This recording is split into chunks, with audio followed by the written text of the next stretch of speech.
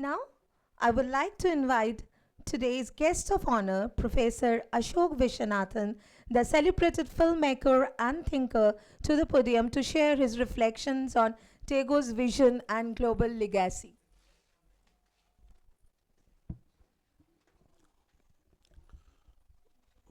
নমস্কার। মুক্তধারা 25-এ আসতে পেরে আমি কৃতার্থ বোধ করছি। আজকে যখন একটা অসম্ভব কঠিন সময়ের মধ্যে দিয়ে আমরা চলেছি, তখন একমাত্র সংস্কৃতি এবং শিক্ষাই আমাদের সেই পরীক্ষায় উত্তীর্ণ হতে সহায়তা করবে। তাই আজ যে আমরা কবিগুরুর কথা বলছি, সেটা অত্যন্ত তাৎপর্যপূর্ণ। In fact, if you see Satyajit Ray's documentary on Rabindranath Tagore, he ends at a time when the Second World War was raging, and it was at that time that he felt that perhaps the voice of reason should come from the East. I would like to talk about Tagore's relationship with cinema.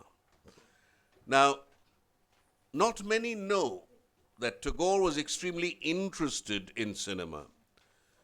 He did try his hand at it first by trying to picturize Notir Puja, his famous dance drama. এই যে নটির পূজা আমাদের NT1 স্টুডিওতে চিত্রায়িত হয়েছিল, কবিগুরু ঠিক যেখানে বসেছিলেন সেটা এখনো চিহ্নিত আছে। সেটা একটা পরীক্ষামূলক প্রয়াস আমি বলবো, এবং কবিগুরু নিজেই বলেছেন যে খুব একটা সফল বোধহয় হয়নি। মানে নটির পূজার সাহিত্য সৃষ্টি হিসেবে উচ্চাকাঙ্ক্ষা এবং মান নিয়ে আমি কথা বলছি না, আমি বলছি চলচ্চিত্র পরিচালক হিসেবে যদি আমাকে জিজ্ঞেস করা হয়, তাহলে আমি বলবো যে এটা খুব উন্নত মানের চলচ্চিত্র ছিল না, এবং রবীন্দ্রনাথ সেটা জানতেন এবং বুঝেছিলেন।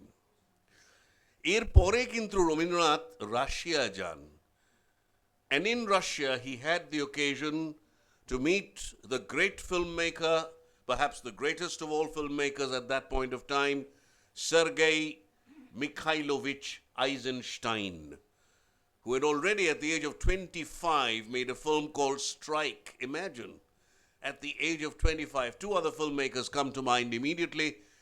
Orson Welles, who made his magnum opus Citizen Kane at the age of 25, and François Truffaut, who also made his first film Les 400 coups, meaning the 400 blows, at the same time. Rabindranath দেখলেন যে এই ছবিতে, ব্যাটলশিপ Potemkin নামক ছবিতে, যেটা আইজেনস্টাইনের দ্বিতীয় ছবি, উনি মন্তাজ নামক একটি প্রয়োগ ব্যবহার করছেন। Now, what is montage? To put it very simply, montage may be defined as the juxtaposition of two or more shots to create new meaning and effect. যদি পাশাপাশি একাধিক দৃশ্যকে সাজানো যায় এমনভাবে যাতে এক নতুন মানে বেরিয়ে আসে অথবা এক নতুন ধরনের অভিঘাত তৈরি হয়, তাহলে সেটাকে মন্তাজ বলা হয়। এইটা উনি দেখালেন ডিজিকে, আমাদের এখানে ধীরেন্দ্রনাথ গঙ্গোপাধ্যায়, যিনি ছবি করতেন। বলে, তোমরা যেটা করছো সেগুলো ছবিই নয়, চলচ্চিত্রকে সাহিত্যের ছত্রছায়া থেকে বেরিয়ে আসতে হবে। এটা তখন বলছেন। একথা কিন্তু অন্দ্রে ব্যাজঁ অনেক পরে 50-এর দশকে বলেছেন, যার দ্বারা ওই নুভেল ভাগের যারা young Turks, Truffaut, Godard, Chabrol, Rivette and রোমের অনুপ্রাণিত হয়েছিল। সেই কথা বলছেন রবীন্দ্রনাথ তখন, এবং উনি স্থির করলেন যে উনি আরেকটা চলচ্চিত্র তৈরি করবেন। এটা বলেই আমি আমার বক্তব্য শেষ করব, কিন্তু এটা অত্যন্ত কৌতূহল উদ্দীপক, সেই জন্যই আমি বলছি। সেটা হচ্ছে উনি আরেকটা চলচ্চিত্রের চিত্রনাট্য লিখতে আরম্ভ করলেন তার ওই রুশ দেশে যাবার অভিজ্ঞতার পরে, এবং জার্মানিতে ওবারামাগাউ ফেস্টিভ্যাল আর ওবারুন্টাগাউ ফেস্টিভ্যালে যাবার পর, যেখানে উনি প্যাশন প্লে দেখেন। প্যাশন প্লে, এটা the plays on the life of Christ. এইটা দেখে ফিরে এসে উনি লিখতে শুরু করলেন যে কবিতাটি আমরা জানি বা কাব্য আমরা বলতে পারি এটাকে, শিশু তীর্থ। কিন্তু এইটা হচ্ছে একমাত্র কবিতা রবীন্দ্রনাথের সমগ্র রচনার মধ্যে যেটা উনি ইংরেজিতে প্রথমে লিখেছিলেন। He wrote this in English first and he wrote it as a screenplay. Just read it and you will find, the beginning, what of the night they ask, no answer comes. রাত কত হলো, উত্তর মেলে না। এটা একটা চিত্রনাট্য কিন্তু কবিতার মতন করে। এবং এখানে তিনি এমন একটা অদ্ভুত ভবিষ্যৎবাণী করছেন, মনে রাখবেন যে 1941-এ উনি আমাদের ছেড়ে চলে গেছেন, আর মহাত্মা গান্ধী গেছেন 48-এ।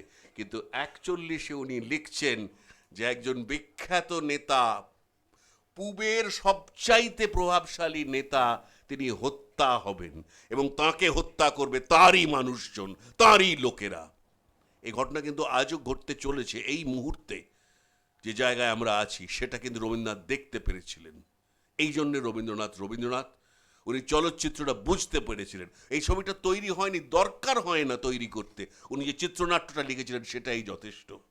আমি এইটুকু বলে আমার বক্তব্য শেষ করব একটি ছোট্ট কবিতা আপনাদের জন্য, বয়স্ক বৃক্ষের মতো।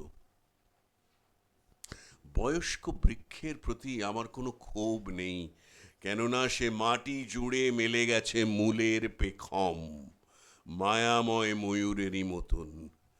নিঃশ্বাসে খুলে গেছে বাতাসের জট, শরীরে বয়স এলো বৃক্ষ তোমার। এখনো কি অনুভবে পিছু টান পাও, এখনো কি যেতে চাও আদিম উৎস মুখে? সুখী মানুষেরা যায় মোহনারই দিকে। বস্তুত সুখী মানুষদের প্রতিও আমার কোনো ক্ষোভ নেই, কেননা তারা জীবন ছেঁকে সুখ খুঁটে নিতে জানে, মৌমাছি কিংবা পিঁপড়েরই মতন। আর আমরা যারা যন্ত্রণায় আছি, জ্যোৎস্নায় কিংবা নদী পার্শ্বে আছি, শ্মশানে কিংবা সুরাগারে আছি, শব্দ ছন্দ চিন্তায় দূরবীন দূরে দাঁড়িয়ে, অসুখে অন্য সুখে আছি, পৃথিবীর তাবৎ আলো বাতাসের সামিল হয়েও বেঁচে আছি বয়স্ক বৃক্ষেরই মতন। নমস্কার।